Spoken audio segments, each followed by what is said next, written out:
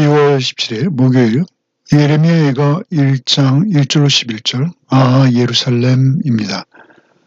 이제 예루살렘은 바벨론의 말발굽 아래 철저히 유린당합니다. 성은 파괴되었고 많은 사람들이 죽었고 또 포로로 끌려갑니다. 선지자는 비탄한 마음으로 여호와를 향해서 돌보아 주실 것을 호소하고 있습니다. 1절과 2절을 읽겠습니다. 슬프다 이 성이여, 전에는 사람들이 많더니 이제는 어찌 그리 적막하게 앉았는고. 전에는 열국 중에 크던 자가 이제는 과부같이 되었고, 전에는 열방 중에 공주였던 자가 이제는 강제 노동을 하는 자가 되었도다. 밤에는 슬피 오니 눈물이 뺨에 흐르며 사랑하던 자들 중에 그에게 위로하는 자가 없고 친구들도 다 배반하여 원수들이 되었도다. 예레미야의 첫 단어는 슬프다라고 번역되었습니다만 정확히는 어떻게라는 단어입니다. 기가 막히는 비극적 상황에서 도저히 있을 수 없는 일이라는 놀라움과 슬픔의 감정을 담아내는 감탄사입니다. 어떻게 이런 일이 있을 수 있었느냐는 것이죠.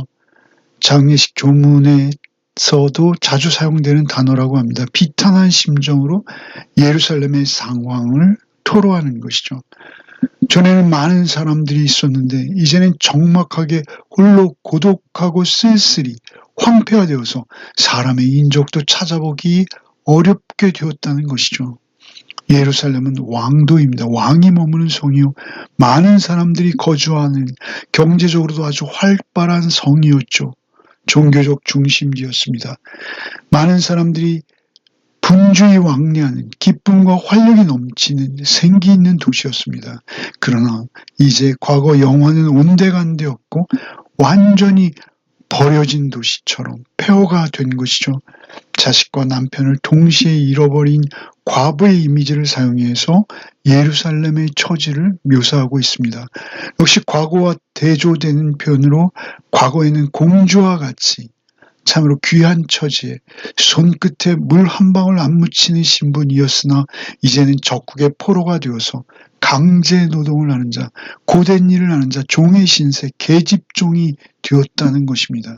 2절에 밤에는 슬피 울었다라고 하죠. 그녀는 울고 또 울었다라고 번역할 수 있습니다. 운다는 동사가 2번 반복됩니다. 자신도 주체할 수 없는 눈물이 볼을 타고 계속 흘러내리고 있는 그런 상태입니다. 예루살렘 성을 의인화해서 밤새 슬피 통곡하며 눈물이 뺨을 타고 계속 흘러내리고 있는 것이죠. 그런데도 누구 하나 그녀를 위로하는 자가 없다는 것입니다. 아니, 오히려 친구들까지 모두 배반해서 원수가 되었다는 것이죠. 예루살렘은 자신을 위로할 자들마저 등을 돌리고 친구들마저 배반해서 홀로 있는 것입니다. 유다가 바벨론에 멸망당할 때 실제 그가 사랑했던 애굽은 그에게 아무런 도움이 되지 못했습니다. 에돔은 오히려 유다가 공격받고 있을 때 유다의 다른 성읍들을 약탈하는 만행을 저지릅니다. 암몬과 두로는 예루살렘의 멸망을 악의적으로 아주 기뻐하는 반응을 보입니다. 이런 상황이 강제 노동하고 있는 그들의 상황보다 더욱 괴로운 것이죠. 3절과 4절을 읽겠습니다. 유다는 환난과 많은 고난 가운데 사로잡혀 갔도다. 그가 열국 가운데 거주하면서 쉴 곳을 얻지 못하며 그를 핍박하는 모든 자들이 궁지에서 그를 뒤따라 잡았도다. 시온의 도로들이 슬퍼하며 절개를 지키려 나가는 사람이 없음이로다. 모든 성문들이 적막하며 제사장들이 탄식하며 처녀들이 근심하며 시온도 곤고를 받았도다. 유다는 포로로 잡혀간 그곳에서조차 쉴 곳을 얻지 못합니다. 환난과 고통 중에 사로잡혀 갔음에도 그곳에 거주하며 쉴 곳조차 얻지 못했다라고 기록하고 있죠. 여기서 쉴 곳은 단순히 쉴 수 있는 공간을 말하는 것이 아닙니다. 그들의 내적 평화와 안전한 상태를 말하는 것이죠. 그들은 비참한 신분으로 마치 애굽에서와 같이 강제 노역에 시달리며 안전과 생명을 보장받을 수도 없는 처지에서 아주 극도의 불안한 상태에 계속 놓여 있는 것입니다. 심지어 핍박하는 자들이 궁지에 놓인 유다의 뒤를 따라와서 계속 괴롭히고 있다는 것입니다. 그런가 하면 남겨진 시온의 도로들도 슬퍼하고 있고 탄식한다는 것이죠. 시온의 도로들을 의인화하는 것이죠. 4절에 시온의 도로들이 슬퍼하며 절기를 지키려는 사람이 없다는 것입니다. 도로를 가득 메웠던 순례객들, 그들의 발자국과 떠들썩함으로 그렇게 활기 있던 거리에 사람의 흔적조차 찾을 수 없는 것, 그것을 비관하고 있는 것입니다. 5절로 7절을 읽겠습니다. 그의 대적들이 머리가 되고 그의 원수들이 형통함은 그의 죄가 많음으로 여호와께서 그를 곤고하게 하셨습니다. 어린 자녀들이 대적에게 사로잡혔도다. 딸 시온의 모든 영광이 떠나가며 그의 지도자들은 꼴을 찾지 못한 사슴들처럼 뒤쫓는 자 앞에서 힘없이 달아났도다. 예루살렘이 환난과 유리하는 고통을 당하는 날에 옛날의 모든 즐거움을 기억했으며 그의 백성이 대적의 손에 넘어졌으나 그를 돕는 자가 없었고 대적들은 그의 멸망을 비웃는도다. 5절에 결국 그들의 죄가 많음으로 그의 대적들이 이스라엘의 머리가 되었다는 것이죠. 대적들이 머리가 되었다. 그것은 이스라엘이 꼬리가 되었다라는 것입니다. 이제는 당시 종살이를 피할 수 없게 된 상황을 이렇게 표현하는 것이죠. 이런 상황을 일찍이 모세는 경고한 바가 있습니다. 신명기 28장에 그는 머리가 되고 너는 꼬리가 될 것이다. 하나님의 말씀에 순종하지 않을 때 그들이 당할 일들을 미리 예언해 두신 것이죠. 이것은 언약입니다. 이 더욱 괴롭고 힘든 것은 유다의 어린 자녀들까지 사로잡혀서 동일한 처지가 된 것이죠. 70년이죠. 이렇게 된 것은 이스라엘의 죄가 많음으로 인해서다라고 스스로 밝히고 있습니다. 여기서 명사로서 죄, 범죄, 이것은 타인의 인권과 재산권에 대한 침해를 말할 수 있습니다. 그러나 여기서는 그들이 하나님의 율법, 하나님의 언약에 대해서 순종하지 아니하고 반역했다라는 것이죠. 그것이 죄입니다. 여호와 하나님께서 결국 유다가 자신이 하나님께 반역했으며 불순종하기를 끝내 멈추지 않았던 것을 스스로 깨우치게 하시고자 하시는 것이죠. 그들이 포로로 간 이유입니다. 결국 그들이 죄의 포로가 되었던 것이죠. 바벨론의 포로살이를 통해서 그들이 죄의 포로가 되었던 것을 깨우치게 하시고자 하시는 것입니다. 유다의 반역을 끝내는 방법, 그것은 결국 바벨론을 통해서 유다 왕국과 그 백성들이 곤고해졌을 때 그들은 깨달을 수 있다는 것입니다. 멸망의 심판 자리에 이를 때 그들은 비로소 자신들이 과거 모습을 돌아보게 되는 것이죠. 때로는 고난을 통해서만 자신의 모습을 볼 수 있는 것이 우리의 형편입니다. 6절에 시온의 모든 영광이 떠났다라는 것은 하나님께서 그들로부터 떠나셨다는 것입니다. 결국 그들이 이토록 비참한 지경에 놓인 것은 하나님을 거부한 그들에게서 하나님께서 떠나시고 그들 가운데 계시지 않은 것입니다. 그 하나님이 그들 가운데 계시지 않은 것이 그들이 고난당하는 이유인 것입니다.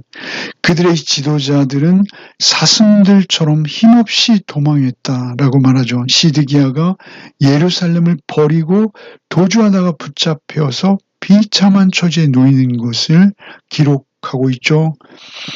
지도자는 누구입니까? 오직 우리를 푸른 초장 쉴만한 물가로 인도하실 수 있는 지도자는 한 분, 하나님뿐이신 것입니다. 7절에 대적의 손에 넘겨진 그들을 돕는 자도 없으며 친구들이 다 배반하여 원수가 되었을 뿐 아니라 예루살렘의 멸망을 기뻐하며 조롱하기까지 하는 것입니다. 마지막 8절로 11절을 읽겠습니다. 예루살렘이 크게 범죄함으로 조소거리가 되었으니 전에 그에게 영광을 돌리던 모든 사람이 그의 벗었음을 보고 없인 여기며 그는 탄식하며 물러가는도다. 그의 더러운 것이 그의 옷깃에 묻었으나 그의 나중을 생각하지 아니하며 그러므로 놀랍도록 낮아져도 그를 위로할 자가 없도다. 여호와여, 원수가 스스로 큰 체하오니 나의 환난을 감찰하소서.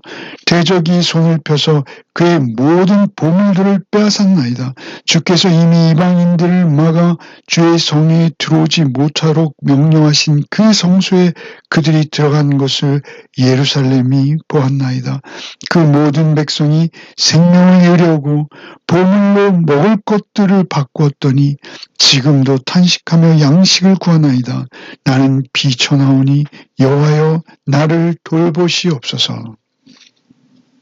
예루살렘은 범죄함으로 바벨론에게 철저히 파괴당했습니다. 이웃들에게는 조롱거리가 되었습니다.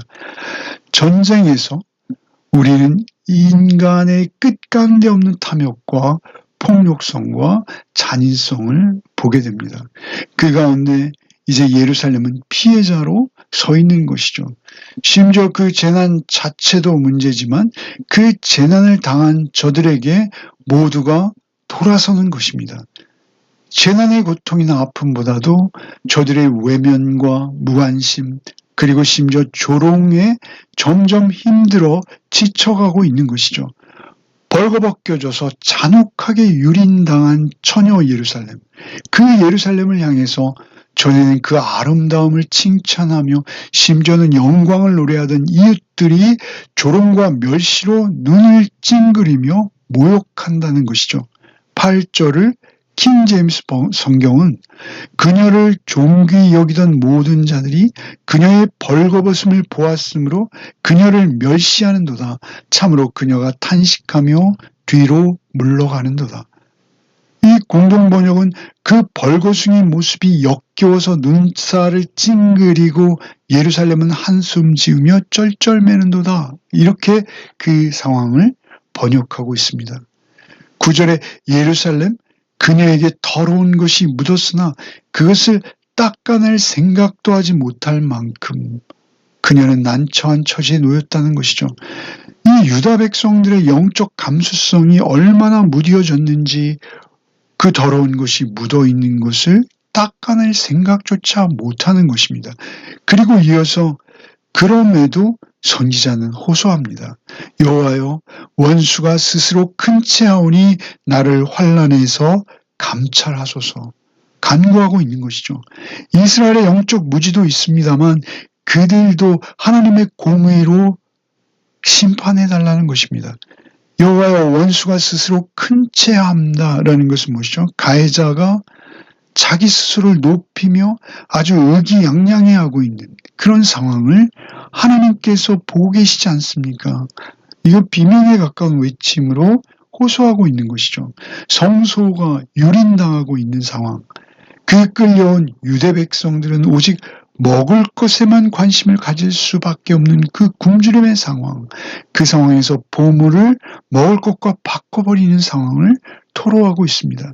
이 참담한 상황에서 선지자는 오직 하나님의 긍휼을 구하고 있습니다. 나는 비쳐나오니 여호와여, 나를 돌보시옵소서. 이것이 선지자의 간구인 것이죠. 백성의 고통을 자신의 고통으로 동화시킵니다.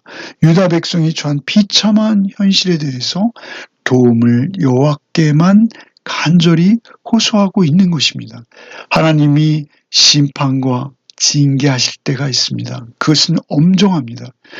사실 오늘 우리가 누리는 이 예배의 기쁨과 주님의 말씀을 읽고 듣고 묵상하는 평범해 보이는 하루하루의 삶이 얼마나 감사한 것인지요. 우리가 하루를 평안하게 보내는 것은 우연이 아닙니다. 하나님께서 우리를 긍휼히 여기시는 것입니다. 죄를 멀리하며 경계하는 것, 늘 주의 말씀을 대하며 주님과 동행하는 것, 이것이 우리의 얼마나 감사한 삶인지요. 오늘도 오직 주 안에서 평안함을 누리며 감사하는 하루의 삶을 살아내시는 복이 있으시기를 바랍니다. 기도하겠습니다. 주님, 우리의 하루하루 평범하기만 한 이 삶이 얼마나 감사한지요. 우리가 예배자로서 주님과 늘 동행하며 주의 말씀을 붙들 수 있는 삶이 얼마나 감사한 삶인지요. 우리가 이 평범하고 하루하루 안전한 삶을 늘 감사하며 주님의 은혜를 잊지 않는 하루하루를 살아가게 하여 주시옵소서. 예수 그리스도 이름 받들어 기도하옵나이다. 아멘.